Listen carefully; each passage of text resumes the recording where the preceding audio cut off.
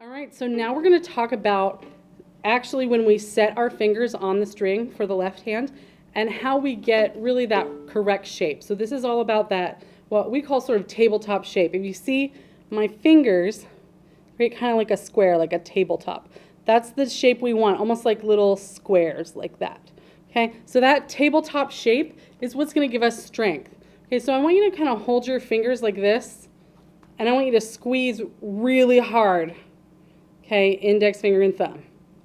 All right, now I want you to put your fingers like this in a circle, that nice arch shape, and I want you to squeeze. If you notice, when you're in that circle shape, you can squeeze much, much harder and in a very specific spot, which is why we want this shape.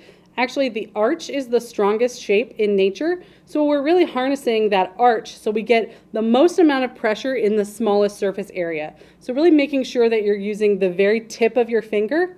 Okay, we don't want to have pancakey fingers like this. We want very tips of our fingers like as if it's a circle. So when we're placing that on our instrument, I'll get up nice and close. Okay, shake out your hand, float up that V, have that nice mouse hole, and then we're going to kind of close the door of our wrist a little bit to bring in those fingers, and then you can place your tabletop fingers, okay, in that nice curved shape. You see the curves and the tabletops. Every single knuckle is bent, okay, and we want to really have that tabletop shape. So practice doing that.